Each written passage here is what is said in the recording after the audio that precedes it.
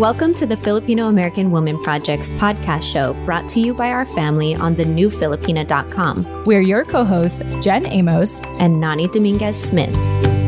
After 3 seasons of sharing stories for Pinays and by Pinays, we've gained the knowledge and language to articulate our experiences. And now we're ready to tell our own. As we venture off into the world of business partnership, we want to bring you along for the ride. Keep listening to hear how we explore our Pinay identities together as podcasters, content creators, and entrepreneurs. Now, let's get into the show. Yay!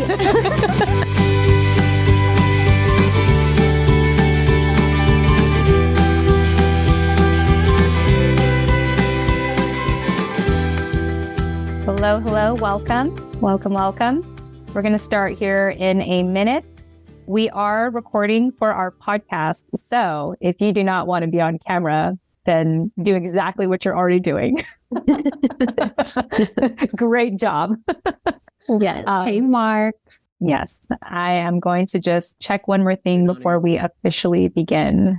But fun icebreaker while we're all here, go ahead and put in the chat, what were you doing right before you joined this Zoom session? And keep it PG. Hopefully working. Yes. And I'm just checking one thing and then we'll get started here. Okay. Let's see. And I'm just looking at the registration. Okay, wonderful. Okay, cool. Finish your lunch. Wonderful. Delish. Cool. Okay. Thank you for sharing. Some coffee.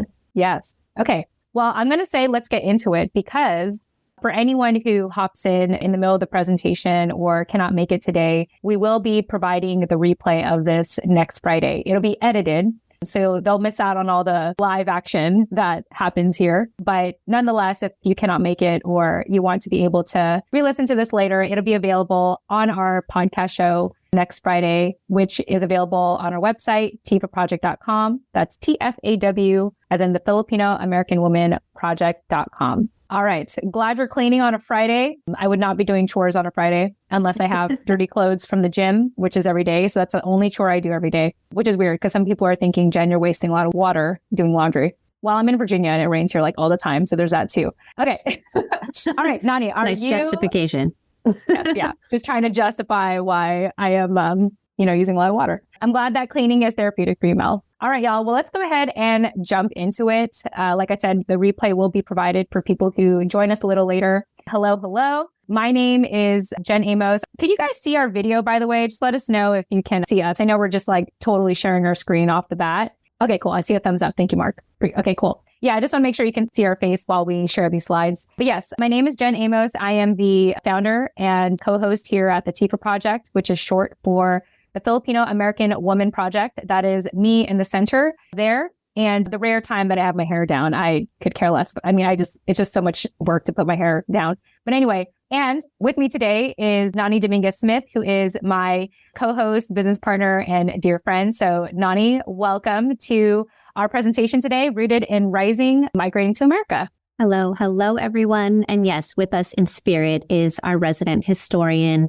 Dr. Stacy Ann Batarina Salinas, who could not join us live today, but did provide some resources for us to reference in this presentation. So shout out to Stacy, and hopefully you guys will catch her again soon or listen to one of her episodes in the TFAW Project podcast archives. Yes, absolutely. And so before we move on, I do want to take a moment to thank Kuya Will and of course, Nani, for this collaboration with the TFAW Project and the Filipino Americans Business Resource Group at Kaiser Permanente. Just such a pleasure to have put this together. And, we really hope that what we share with you today, helps you gain more insight into your own migration story with your family and, have some golden nuggets as to how to operate today, knowing what you will know by the end of this presentation. So thank you for being here. And let's go ahead and go to the next slide, Nani. All right.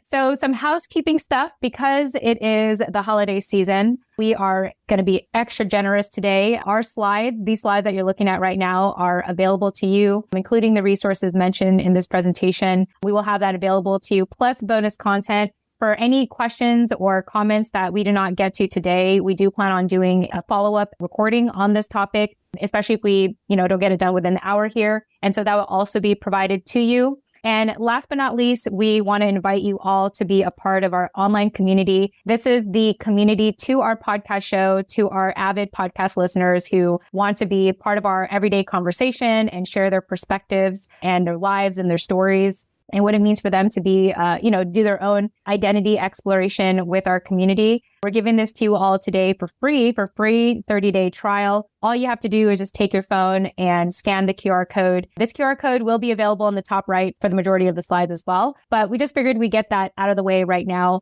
Please stay for the entire presentation regardless. We appreciate you being here. But yes, we want to let you know that this is available to you right now when you scan the QR code. Oh, and also I'll make sure to add it in the chat here in case for whatever reason the QR code isn't working. And so that being said, let's go ahead and go to the next slide. Part of the QR code too will give you access to our community so that you can be updated as to when we're going to have upcoming workshops. So this presentation today is really part 1 of 3, a Rooted and Rising series. Today we're talking about migrating to America, but the upcoming workshops will be talking about starting a new career journey, and we'll be talking about navigating career challenges. And so if those topics are of any interest to you, once again, you can just scan that QR code on the top right, get 30-day free trial to our community, and most importantly, get notified when we're going to be doing this again. And next slide. Oh, okay. We lost Nani. Okay. So I'll just keep talking as she comes back into the room here. So the other thing I wanted to add is that we encourage you to be engaged in the chat. We are going to be treating this as a podcast recording, meaning that on occasion, you might hear us say, hey, Dennis, edit this. Dennis is the name of our editor. And so we may be using that. We may be referencing that as we go through our presentation today. So we're primarily treating this like a podcast episode that happens to have a live audience. And so we just want to thank you all for being here and giving us that feedback. I think it's one thing for Nani and I to just be talking to each other, but it's another thing to have an audience. So thank you for being here on a Friday afternoon. And like I said, feel free to share in the chat anything you want to express, anything that speaks out to you today. In fact, just to see if the chat works, my next icebreaker question here is to share the most frequent emoji that pops up on your phone and share it in the chat. I'm going to look up mine right now. Actually, I'm actually kind of curious to know what's the most popular emoji that I shared. So Jen, I'm back. Sorry, my Zoom just quit unexpectedly. So can you still see my screen? Yes, we can see you. And it's all good because I was just telling everyone to share their most popular emoji in their phone. And mine's the hug one. I didn't know that. I must hug a lot of people virtually. So that's just me. But yeah, I don't know, Nani, if you know what your popular emoji is on your phone. Yes, mine is the crying face with the constant tears. That's the number 1 most used one in my phone. Oh my goodness. Okay. All right. Well, maybe we'll unpack that later. Yeah. You got to dig through the podcast archives to understand why. Yeah. All right. Well, with that being said, that's all the housekeeping we want to share. We encourage you to engage with us. And like I said, any questions, anything that resonates with you, any moment here where you want to share a piece of your family history, feel free to put that in the chat. Nani and I, really this presentation today is a curation of the stories that we have been so fortunate to feature on our podcast show, the TFAW Project. And so that with a mix of history. So we're going to get into that here in a little bit. But other than that, Nani, that's all the housekeeping I have. Let's go ahead and dive into our topic today, migrating to America. Okay. Wonderful. Also, I'm glad that you're back, by the way. I probably should have mentioned that has never happened before. Well, I'm sure it's happened before, but that hasn't happened in a long time. So I don't know. Of course, it would happen right at the start of this presentation. Yeah. Technology always does that, right? Yeah. When you need it the most. So yeah, Zoom did that on purpose. They're sabotaging our content here. They're like, no. Anyway. So yeah, let's go ahead and talk about the word migration. I don't know about you all, but I actually didn't know that there was a difference between migration, immigration, and emigration. So we're going to go through that today. I'm going to be actually reading off the slides, but hopefully these slides will help you all in case you want to read. But if you happen to know the difference, let us know. Or if by the end of the slide you learn something new, let us know as well. So the topics are the words migration, immigration, and emigration with an E are related concepts that refer to the movement of people from one place to another, but they have distinct meanings. With migration, It's a broad term that encompasses any movement of people from one place to another. It can involve movement within a country or across international borders. So, for example, the seasonal migration of birds, the movement of people from rural areas to urban areas, or the relocation of a family from one city to another. So that's migration. The word immigration specifically refers to the movement of people into a country or region with the intention of settling there. It focuses on the destination or receiving location. For example, a person moving from the Philippines to the United States for work and intending to establish permanent residence in the U.S. I could definitely relate to this. My family moved here from the Philippines. My dad joined the military and brought my mom, and we've been permanent residents here since, I guess, like the 1800s or the 80s, 1800s. Wow. I don't think we would be alive. Well, I take really good care of my skin. That's why I still look like I'm 18. There's that. Okay. And then the last part is emigration with an E, which is the opposite of immigration. It refers to the act of leaving one's own country or region to settle in another. Immigration emphasizes the point of origin or the place of departure. An example is a person leaving the Philippines to live and work in America is engaging in emigration from the Philippines. Overall, migration is a general term encompassing any movement of people, while immigration with an I emphasizes the new country one is moving to, and emigration with an E emphasizes the country one is leaving. So quick comment here from Mark. Seems like there could be an overlap between immigration and emigration. Yeah, definitely a good observation. Nani, any comments before we move to our next slide? Yeah, I just want to say that all of these terms mean the same thing, but the difference between immigration and emigration with an I and an E refers to like the push and pull of why one is migrating. So immigration with an I, like Jen said, emphasizes the country that one is moving to, and emigration with an E emphasizes or refers to the country that one is leaving. Yeah. So for example, that clarifies it a little bit. Yeah, so I could say, like, from my perspective as a second generation Filipino American with immigrant parents, I can say that my parents immigrated with an I from the Philippines, wherein my parents... No, other way around. Parents immigrated with an I to America, emigrating with an E from the Philippines. Yes. Okay, cool. So I can say that they immigrated with an I, and then their perspective is we emigrated because they left the Philippines, right? Did I get that right? It refers to the push and pull of migration. Man, we're all learning together. Yeah, this is amazing.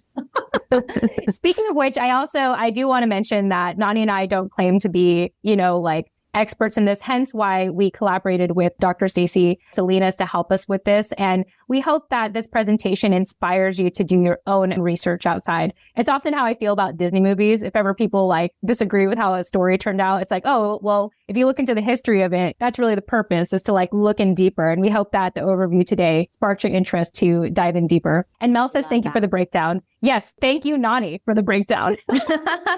Yes. I spent a lot of time trying to understand this. So I'm glad that I'm able to regurgitate it in a way that's like digestible. Yes. All right. Okay. Well, let's go ahead. And for anyone that really wants to know the facts and figures of how we got here, Nani is going to now get into the 7 waves of Filipino migration. All right. So as Jen just said, there are 7 waves of migration in Filipino American history. The timeline we're about to show you was created by the late community historian Don Mabalan, author of Little Manila is in the Heart and the godmother of the PEP program at SF State. A little bit about PEP stands for Pinoy or Pinay Educational Partnerships. PEP is a service learning program that forms a triangular partnership between universities, public schools, and the general public to cultivate community. The program aims to produce critical educators and curricula for all levels of education. You can check out episode 75 of our podcast to hear our interview with Ate Allison, who is the founder and creator of PEP. So before we get into this brief history lesson, we just want to acknowledge that for some, learning about these historical events can bring up difficult emotions. The timeline we'll share with you today is strictly fact-based. However, if you feel the need to break away from the content for a short time to practice self-care, we encourage you to do whatever you need to prioritize your well-being. All right. So wave 1 was the seafarers, slaves, and shipbuilders. From 1598 to 1898, Spain colonized the Philippines using military and religion as their primary means. This is what it means if you ever hear the reference, the sword and the cross. The Philippines was a rich resource for timber, which was the ideal material for building the famous Spanish galleons, which were ships. This was during a time when trading with other parts of the world was a top priority for Spain, hence colonization. In the 1500s, Spain would also colonize the Caribbean, Mexico, Peru, and the rest of Central and Southern America. So pictured here are the Spanish galleon ships that I just mentioned.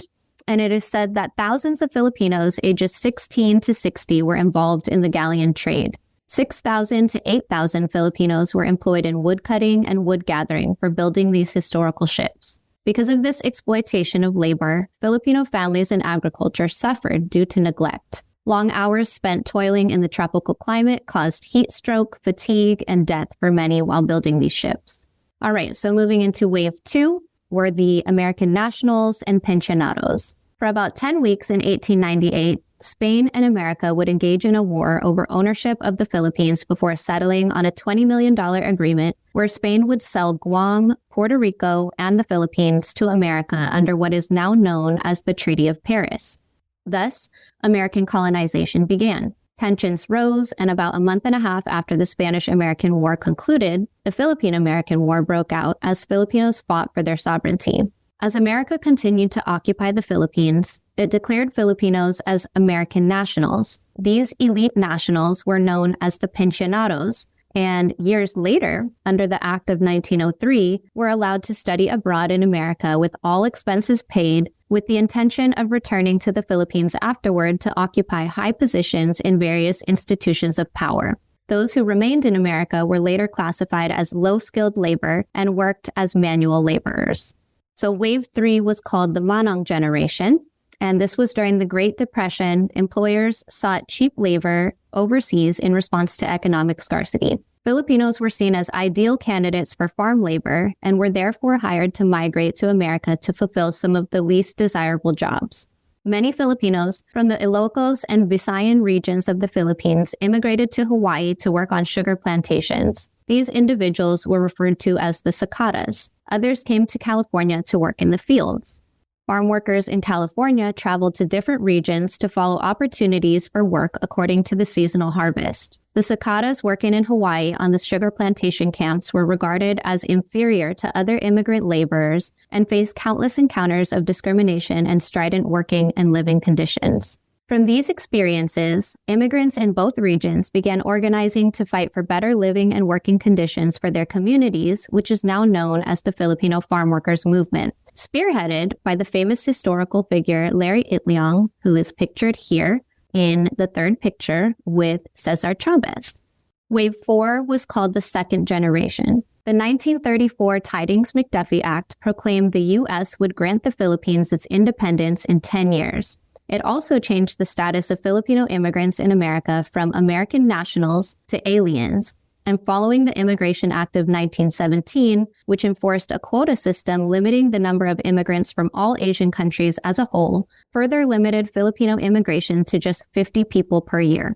Then, in 1941, just 10 hours after Japan bombed Pearl Harbor, after World War II erupted, Japanese forces invaded and occupied the Philippines, which was then a U.S. colony. The invasion would last for 4 grueling years. On July 26th, an executive order was signed to draw 200,000 soldiers from the Philippine Army into the U.S. Army to fight against the Japanese. In the early stages of Japanese occupation of the Philippines, the brutally infamous Bataan Death March ensued after Allied Filipino and American forces surrendered to the Japanese due to overwhelming odds in the Battle of Bataan. Following the surrender, Japanese forces led approximately 75,000 Filipino and U.S. prisoners of war in a relentless 60-mile-long march where they were subject to harsh conditions such as food and water deprivation and physical abuse by their captors. Many died of exhaustion, dehydration, starvation, and brutal treatment by the Japanese forces, and more were killed outright or died in internment camps following the march. The Bataan Death March remains a somber symbol of the merciless treatment endured by prisoners of war during the Japanese occupation. Jen, I know your family has history with the Bataan Death March. Would you care to share? Yeah. So I hope that as we are going through the waves right now, maybe you don't know a lot about your family history. I know for me, I'm 35 right now. I'm constantly piecing together what happened in my family lineage. It might be common, or some of you might relate that maybe your family isn't as open about their family, about their history for whatever reason. What I had come to find is that from my mom's side of the family, my grandpa, he was like a voluntary soldier. Like he wasn't like he wasn't like a Filipino American veteran or soldier. But I do recall from my family story that he still contributed in protecting the motherland at that time, while his brother actually, unfortunately, had passed during the Bataan March. So again, I do want to mention that, these are little pieces that every now and then my family likes to slip out and tell me. And I'm wondering if, for you watching, if maybe you have felt the same way about your family, or if not, if any of these waves have resonated with you. Another wave that actually resonated with me going back actually was the third wave, the Manong generation, in which I used to think that my dad, for example, was the first generation coming here. But it turned out that he was the second generation, because it was my grandpa, his dad, that came to California in the early 1900s for agricultural economic opportunities there. And so it's just very interesting to piece these together, and more importantly, zoom out and see the bigger picture of, the Filipino diaspora, and especially how, Filipinos have come here to America. So that's my thought on that, Nani. Okay, thank you for that. And yeah, just a little context on the photos that you're looking at in this slide. The big one in the back is a map of the Bataan Death March that I just talked about, so you can get a visual idea of what that looked like. And the photo that's smaller on the right is at the very end of the 60-mile long trail that you see here. They have created a memorial that you can visit today if you ever go to that region of the Philippines. Oh, good to know. I was wondering what that photo was. Yes, sorry, I didn't give context before, so I wanted to make sure that was clear. All right, so moving into wave 5.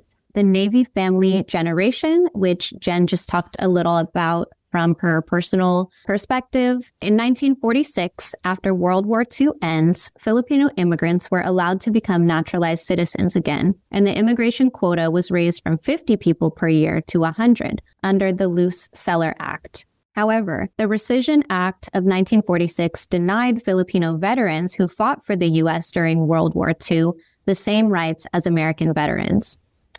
Comment in the chat if you know what anti-miscegenation laws are and what they meant for Filipinos in America. Jen, do we have any action in the chat? Mel was sharing that their great-grandfather also came during the Manong wave. So awesome. Great to hear that some of these waves resonate with you. And those are the comments so far. Okay. I do recall I'll get into other thoughts later, but that's all we have for now. Okay, yes. Let me continue with anti-miscegenation laws. I just wanted to see if anybody else knows what those are or is familiar with what they meant for Filipinos in America during this time. But I'm about to tell you. So up until just 75 years ago, it was illegal for Filipinos to marry white people. In 1948, however, anti-miscegenation laws were lifted, permitting Filipinos and other people of color to participate in interracial marriages with whites. Also passed during this time was the War Brides Act, which is one of the reasons my family was able to migrate here. Who you see, these are my grandparents pictured on the left. The War Brides Act was a U.S. federal law that addressed the immigration of foreign-born spouses, fiancés, and children of U.S. military personnel who served overseas during World War II. Pictured on the left here, again, is my grandparents at their wedding. My grandfather joined the U.S. Navy, and as a result, he was able to bring his wife, my grandma, and their kids, who were my dad and my uncles, here to settle in Vallejo, California, where they grew up. On the right here, we have an image of Jen's dad, actually. Jen, do you want to talk a little bit about your dad? Yeah, I mean, thanks to your grandpa's generation, Nani, for kicking off opportunities to come to America via the military. My dad was definitely one of those in the 80s and 90s. So I believe he had actually prior to this is new information that I continuously learn about my dad's story. But prior to joining the U.S. military, he was actually part of the Philippines Army. I believe in the 70s. And I believe at the time his family was really struggling financially. And so, the military was really his opportunity to, find more economic opportunities. And of course, I think about a decade into his service, that's when he met my mom. And then I was born, me and my two other siblings. But I wanted to share, give a little shameless plug here about my dad's book, because he unfortunately had passed while he was in service. And so we are what they call a Gold Star family in the military, which means that you lost a family member while they were in active duty. And so it's opportunities like this where we get to dig deeper into our family history and try to tie that all into a bigger story. And so I share all this, and Nani shares her family story in hopes that, everyone that's watching or listening now or later can think about their own and piece together to their own family history. So yeah, that's what I have to say about my dad here. Thank you for that. All right. So moving on to wave 6 are the overseas Filipino workers. As a result of the civil rights movement, the Immigration Act of 1965 was passed. This act functioned to reunite families and recruit skilled labor from overseas. Immigrants from the Philippines, immigrants with an E, were known as Overseas Filipino Workers, or OFWs. Despite the mass migration of Filipino men in previous waves, more Filipino women were now able to migrate on their own. From 1965 to 2000, Filipinos in America rose from 2,000 to 2 million. During this time, the Philippines was also experiencing extreme political unrest under the infamous Marcos regime, which also contributed to the exponential influx of Filipinos immigrating to America. The People Power Revolution in the Philippines leads to the overthrow of the Marcos regime, which prompted the migration of Filipinos who sought political asylum and economic opportunities in the United States, advancing the growth of the Filipino American community. Okay, wave 7. We're on the last wave here, Filipinos in the diaspora. After almost 400 years of being colonized by other countries, Filipinos in the Philippines are left with little to no economic opportunities for career and academic advancement. On top of that, certain policies on immigration to America, as we just talked about, and other countries are dictated by labor demands that influence the career choices available to Filipinos. This is also a hint at the next live broadcast in our Rooted and Rising series here, where we will be discussing about career journeys for Filipino Americans. So what does this mean? As the largest export of the Philippines, overseas workers send over $16 billion in remittances every year. Hence the significance of balikbayan boxes. Jen, I know that you have fond memories of your family sending balikbayan boxes to your family in the Philippines. Do you want to talk a little bit about that? Definitely. That was just part of our family ritual, I feel like, every quarter of the year or whatever, where I just remember the huge boxes, the balikbayan boxes, and we would stack, we would stuff in there like our hand-me-down clothes and, a ton of Spam and food. I just remember how that was just such a common practice for us to go to the balikbayan store and, ship it out. And I remember one time at a family reunion, I saw one of my relatives and I was all like, is that my shirt? So yeah, so it's just, it was definitely part of what our family did. My mom, from what I recall growing up, she definitely stayed in touch with her dad and her family. And, when we would go to the big family reunions, it would typically be her side of the family, where fortunately for my dad's side, because his brother joined the military, we had most of his family members came to California and are still here and are still in Southern California until this day. So yeah. Beautiful. Yeah. So if your family, if you can relate, or if your family either sent or received balikbayan boxes while you were growing up, what did they include? Comment in the chat if you have any memories of those. Yes, and with absolutely. That, I will turn it over to Jen. Yes. So thank you for sticking it out with us to, go over the facts and figures of the 7 waves of Filipino migration. I think for some people, it may be the first time you're hearing that. And then for others, it may be a good refresher and also recognize, also help you better see where you land in the Filipino diaspora or any of those waves coming to America. Personally, I had always assumed that every Filipino family came here because of the military, because that's what I was surrounded by. But little did I realize, like what Nani had shared here, is that there were so many ways to, come to America. And I was always amazed. And especially with the 150 plus episodes we've done on the TFAW Project, our podcast show, I'm constantly and always amazed to, learn more about people's stories. And so that being said, we are going to turn these facts into stories and feature some of the people we have been so fortunate to interview on our show on the Filipino American Woman Project. And so Nani, take it away with our first person. Yes. So the first episode that we are going to highlight is one of our most popular episodes from our earlier days in season 1, Jana Lynn Umipig, who likes to be called JL.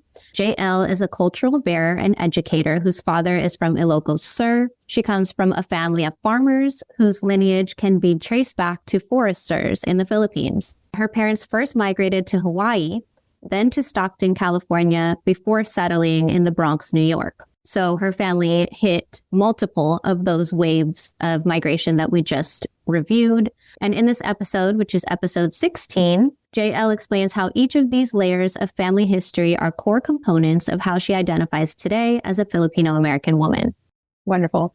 Oh, and by the way, when we talk about episode numbers, the way to find these guests is to visit our website, tfaproject.com. That's TFAW, as in the Filipino American Woman Project.com. And then in the top, there's a search bar. And all you have to do is just type in the episode number and her episode will appear. So if any of these stories resonate with you, go ahead and look them up. I think you could also look them up by first and last name. Yes. And so Mel, we'll get to your question in the end here based on time. So go ahead to the next story. Before we move on, did you want to add a note about JL and Raised Pinay?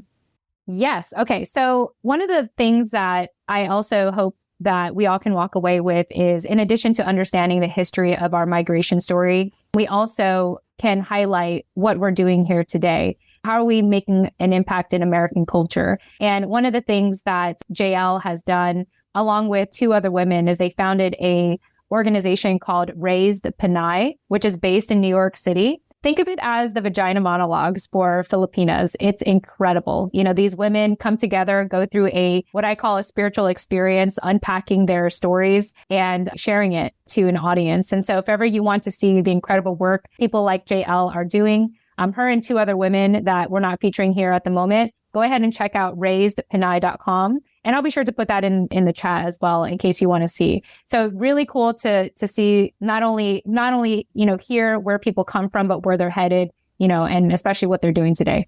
Yes. So thank you for that reminder. Yes, no problem.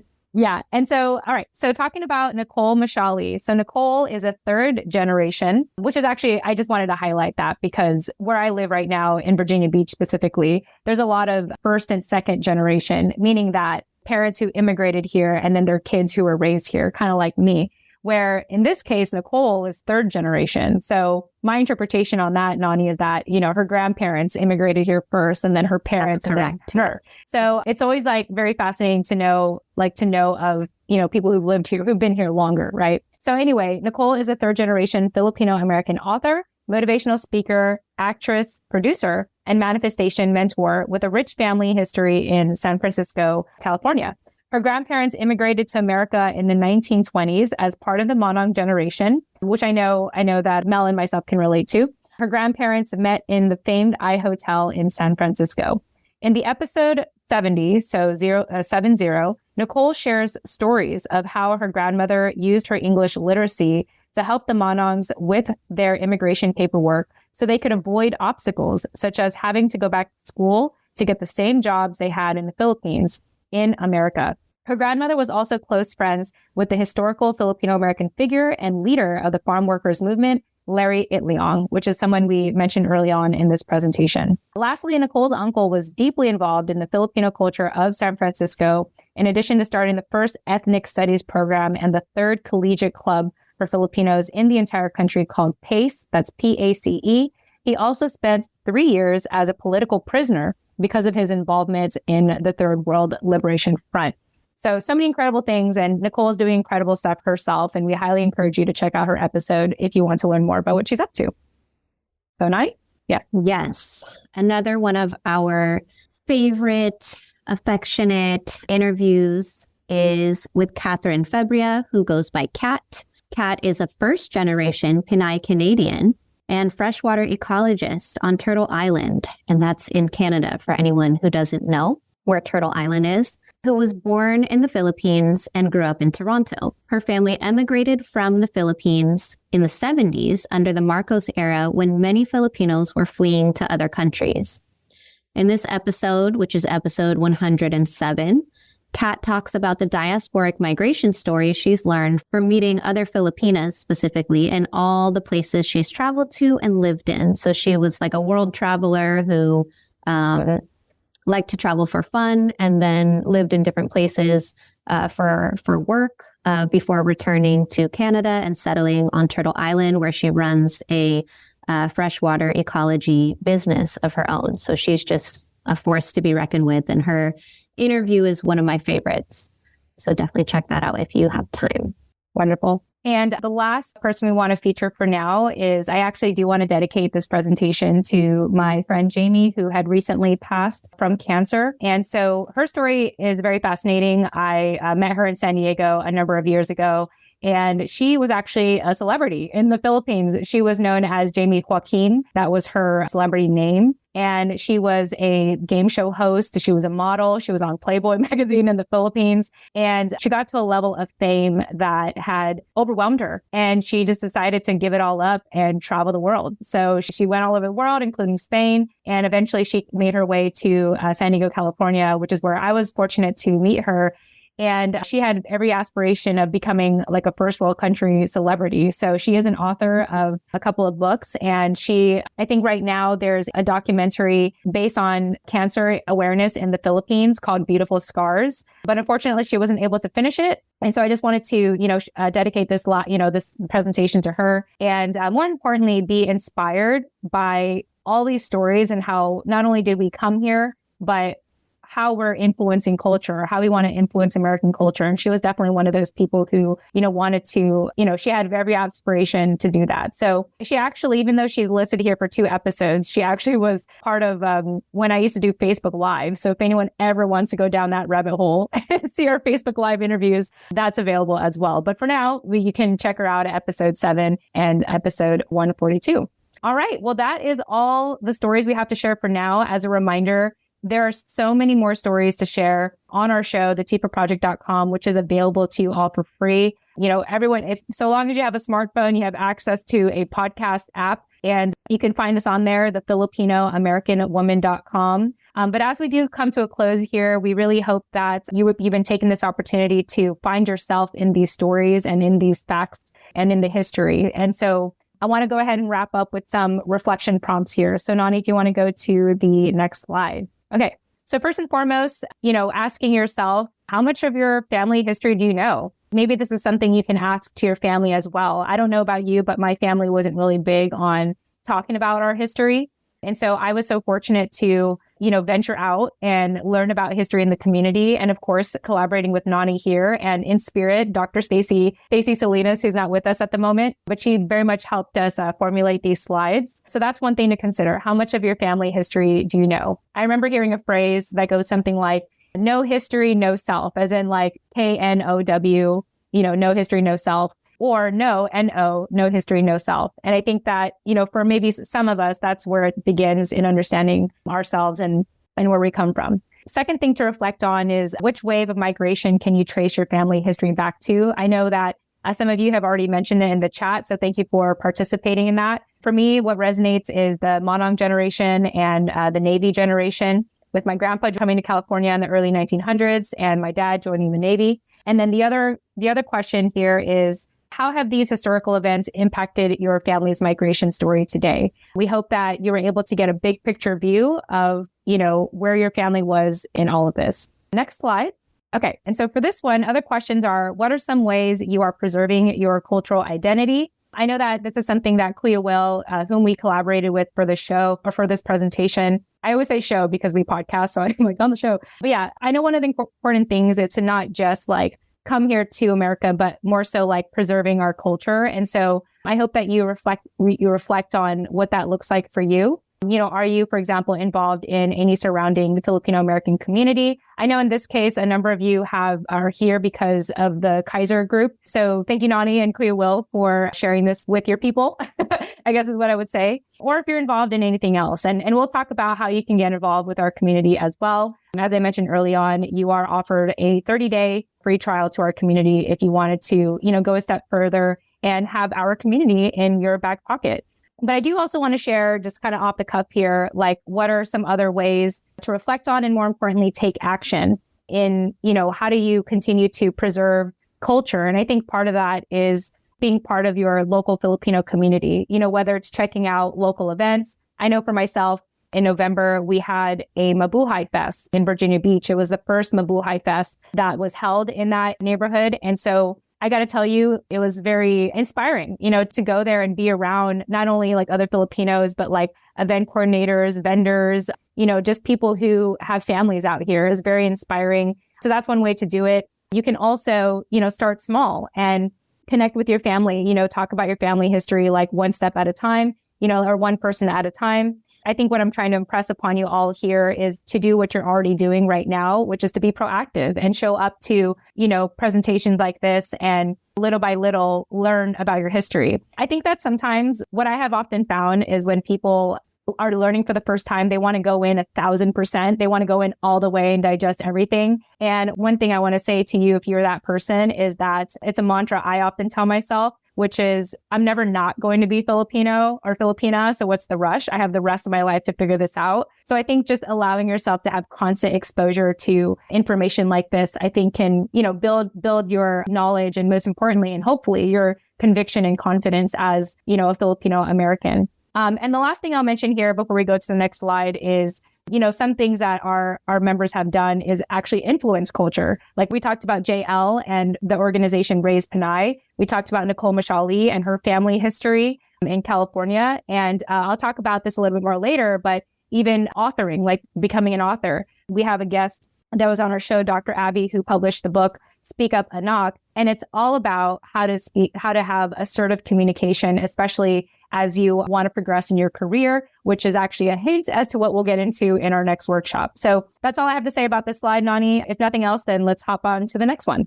Awesome. Okay, so next steps, and I'm actually pretty proud of us, Nani. We have like 12 minutes left, so I feel like we're actually going to get to Mel's question here at the end. Yay. But yeah, so next steps here is we hope that you enjoyed a quick overview of everything we have shared and you want to dive in deeper with us. It could be as simple as subscribing to our podcast. You can scan this QR code. It'll take you directly to our website, TFAWproject.com. Again, TFA is TFAW as in the Filipino American Woman Project.com. And you'll be able to get an overview of all the interviews, all the recent ones we did. We did a special one with Dr. Stacy Salinas during Filipino American History Month. So even though she's not here, you can get a sneak peek into the things that she talks about. But we would highly encourage you to check that out, especially if you have a smartphone and if you're going to be commuting anyway, you might as well listen to, our podcast, right? Okay, next one is if you are more of a visual learner, we do have a YouTube channel. We will be releasing this presentation a week from now on our YouTube channel. So if you need to rewatch it again, it'll be available for you. In addition to that, we also have our guests that we were able to record via video. Not everyone wanted to record via video. We wanted to protect their privacy and wanted them to feel comfortable. So not every video we have on there is you're going to see the guest on there. You'll be able to hear them. Our most active social media account other than YouTube is Instagram. So if you're on there, we'd love to see you. And next slide. I know these slides are going fast, which is why we would love for you to join us in our community so that you can get access to these slides, the full slides. But yeah, we also encourage you to stay plugged into our newsletter. If maybe you just want to get an update on a monthly basis what we're up to and what we're offering, you can go ahead and scan this QR code and be able to subscribe to our newsletter. And like I said, we send monthly newsletters out. And almost last but not least, I want to reiterate, we had the same QR code on the top right for most of our slides now. This is a 30-day free trial only for our attendees to join and to check out our community. And think of it as like, the Filipino Facebook group or, Filipino American like Reddit community. It's an opportunity for you to engage with other people in our community to just share their perspectives or their stories or even just what's going on in your lives. Like we have a variety of topics in there, anything from life and culture to news to entrepreneurship. So many topics there that you can check out. And next slide. In addition to that, because as I had mentioned early on in this presentation, we don't consider ourselves experts, more so curators of stories and what people share with us. And so if you actually want to dive in deeper, you like to do that independent study, these are some of the books that we have already featured and gone over in our book club, in which you're more than welcome to attend your first one for free if you're interested. The first 3 books, America is in the Heart, Little Manila is in the Heart, and In the Country, these really touch upon the Filipino diaspora. America is in the Heart really touches upon the fictional story of the Manong generation. Little Manila is in the Heart is nonfiction. So if you're all about the facts and details and a more academic read, highly recommend that book. It was very hard for all of us to read it, by the way. It took us months to dissect that book, but it was worth it. And we do have replays of us discussing these books in our book club, by the way. And then, of course, In the Country is a fictional narratives, a collection of fictional narratives of the Filipino diaspora, not just in America, but in the Middle East and other places in the world. And last but not least, the book that I had hinted at earlier about influencing culture is Speak Up and Knock by Dr. Abby. And what I really love about this book is that she actually interviewed, I think, nearly 500 Filipino American professionals. And she had found that, and I'm saying this like generally speaking, you'd have to read this, but generally speaking, she had found that the more in touch someone was with their Filipino culture, the harder it was for them to assert themselves in the workplace, which I found very fascinating. And she provides tools on how to communicate, to assert yourself and, climb up that corporate ladder, so to speak. So all of that, we have discussed all of this in our book club. And if you want to be a part of it, feel free to, once again, either reach out to us at this point, or you can scan the slides. All right, Nani, any notes? No, just let's talk about what's coming up next in this series of Rooted and Rising topics hosted by us, the Filipino American Woman Project. Yes. Yeah. Okay, great. And then we'll get to Mel's question here. Thanks for hanging out. We promise we'll get to it. Yeah. And so the last part is, if you really enjoyed this presentation today and you want more, our upcoming workshops are going to be more career related. So starting a new career journey, basically, if you immigrated here and have to start from scratch, we'll be discussing that. And then part 3 will be about navigating career challenges, in which we'll probably be referencing a lot of what Dr. Abby has to say in her book, Speak Up and Knock. Anything you wanted to add about that, Nani?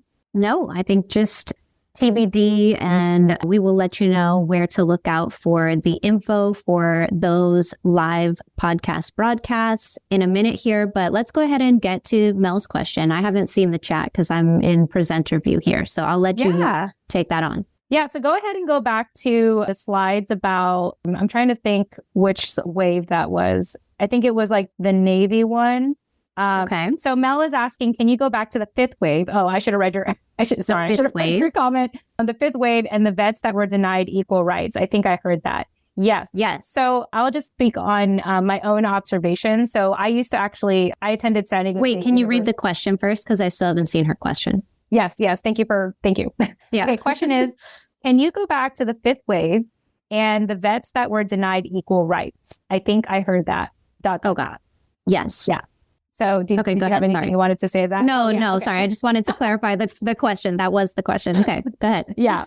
Okay. So from what I know, I remember when I attended San Diego State back in the early, when did I graduate? 2011. So around that time, one thing that was impressed upon me was that every year in my Filipino organization, we would do what they called the JFAB March. So that's an acronym for Justice for Filipino American Veterans. And what I had come to learn in those marches, what would happen is you have like all the, Filipino organizations from different colleges, and then, student organizations from probably high schools and community colleges all come together and go to Filipino Town in LA and do this march to bring awareness to the fact that the Filipino American veterans that served in World War II were not granted their benefits. They had to wait decades, I think 60 plus years before they actually, and my facts may be wrong on this. I just know that it was a long time. It was decades. It was definitely decades, but it took them decades to finally receive their benefits. And when they did, they only received a lump sum. And so I do recall that I thought my grandpa was a World War II vet.